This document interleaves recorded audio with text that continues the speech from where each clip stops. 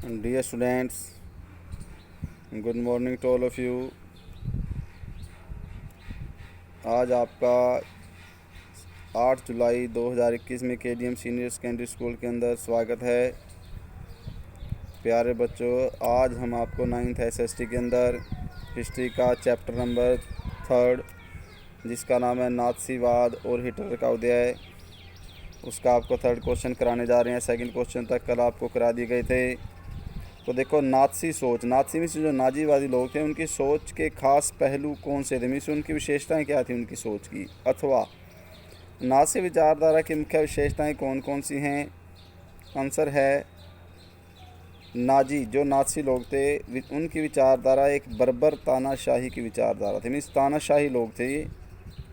इसका उत्थान जर्मनी में हुआ, मीन्स इसका उदय जर्मनी में हुआ, जिसका नेता कौन था, हिटलर। जैसे कल भी आपको क्वेश्चन में बताया गया है। इसकी मुख्य विशेषताएं निम्नलिखित थी। नंबर 1, जातीय या जिसको क्या बोलते हैं वांशिक श्रेष्ठता अथवा कट्टर राष्ट्रवाद की भावना। नासीवाद जातीय श्रेष्ठता की भावना से प्रेरित था। हिटलर का मत था, मीन्स मानना था कि जर्मनी के लोग शुद्ध आर्य वंश के हैं और उनका वंश ही विश्व में सबसे श्रेष्ठ है, इसलिए पूरे विश्व पर राज्य करने का नैतिक अधिकार केवल जर्मन लोगों को ही है। मीन्स जर्मन लोग मीन्स जो आर्य वंश के लोग हैं। परंतु इसके लिए जर्मन वासियों में एकता का होना अनिवार्य है। अतः जर्मन लोगों को चाहिए कि वे अपने द्वारा हथियाए गए सभी प्रदेश जर्मन सत्ता को सौंप दें। ठीक है, तो क्या कहा गया इसमें कि नेता जो था हिटलर था, उसका मानना क्या था कि जो आर्य वंश के लोग हैं वो श्रेष्ठ हैं पूरे विश्व के अंदर, इसलिए जर्मनी के साथ पूरे विश्व पर अधिकार करने का, राज्य करने का या शासन चलाने का अधिकार किनको, केवल जर्मन लोगों को।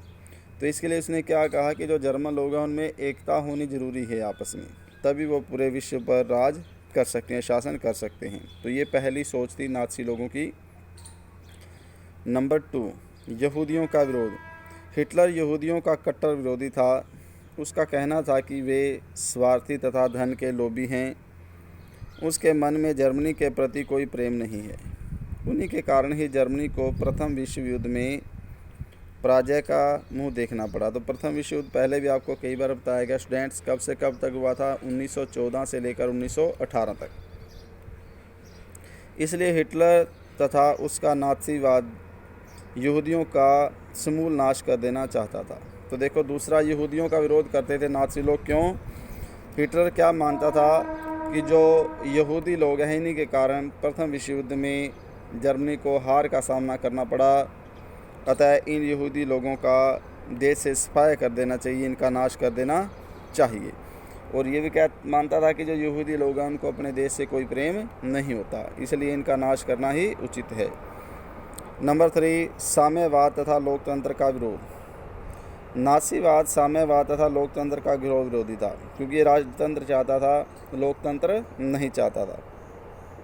हिटलर का मत था कि साम्यवादी विचारधारा जर्मनी की प्रगति में बाधक है। प्रगति मीन्स इसके विकास में बाधा है, रुकावट है। कौन सी? साम्यवादी विचारधारा। अतः साम्यवाद को जर्मनी से जड़ से उखाड़ फेंकना होगा। हिटलर को लोकतंत्र से भी चिढ़ थी। उसका विश्वास था कि सामान्य जनता के प्रतिनिधि देश के हित संबंधी निर्णय शीघ्रता से नहीं ले सकते, क्योंकि इस कार्य के लिए उनमें बौद्धिक क्षमता का अभाव होता है। लोकतंत्र की अपेक्षा एक प्रभावशाली व्यक्ति मीन्स जो राजतंत्र है उसके हाथों में अगर शासन होगा तो केंद्रीय सत्ता को सौंपना देश के लिए विशेष हितकर होगा।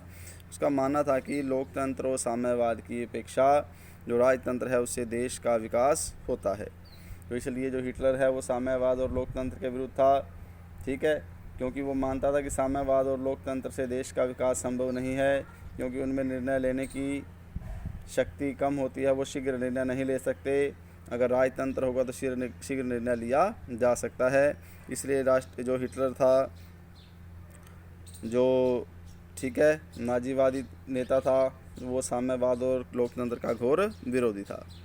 नंबर 4 है सैन्यवाद। हिटलर जर्मनी के साथ वर्साय संधि में हुए अपमान का बदला लेना चाहता था और देश की प्रतिष्ठा में जो देश का सम्मान है वो पुनः स्थापित करना चाहता था। इस रक्षा की प्राप्ति के लिए जर्मनी का सैनिक रूप से शक्तिशाली होना अनिवार्य था, इसलिए हिटलर ने सैन्यवाद को बढ़ावा दिया। तो देखो, जो हिटलर है वो वर्साय की संधि में जो जर्मनी का अपमान हुआ था उसका बदला लेना चाहता था। इसके लिए उसकी सेना का शक्तिशाली होना जरूरी था, इसलिए उसने सैन्य शक्ति को बढ़ाना शुरू किया। नंबर 5, तानाशाही शासन। हिटलर का जो शासन था हिटलर का मानना था कि शासन तानाशाही होना चाहिए।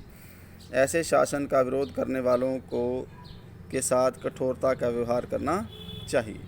तो हिटलर क्या चाहता था कि देश के अंदर जो है तानाशाही होनी चाहिए, राजतंत्र होना चाहिए, और जो लोग इसका विरोध करते हैं उनको कठोर दंड दिया जाना चाहिए। ठीक है। सच तो यह है कि हिटलर का नाज़ीवाद जर्मन लोगों की वांशिक श्रेष्ठता, यहूदियों के समूल विनाश, साम्यवाद और लोकतंत्र के विरोध, सैन्यवाद आदि तत्वों पर आधारित था। तो ये कुछ बातें थी जो विशेषता थी किनकी, नाज़ीवाद लोगों की सोच की या नाज़ी लोगों की सोच की। ठीक है। तो स्टूडेंट्स, ये क्वेश्चन आप करेंगे आज। क्वेश्चन नंबर 3 था ये। तो इस पर को भी अच्छे प्रकार से अपनी यार नोटबुक में राइट करें और साथ के साथ लर्न भी करते रहें। अगर कुछ प्रॉब्लम है तो अपने सब्जेक्ट टीचर से कॉन्टैक्ट करके आप उस प्रॉब्लम को सॉल्व कर सकते हैं। Thank you.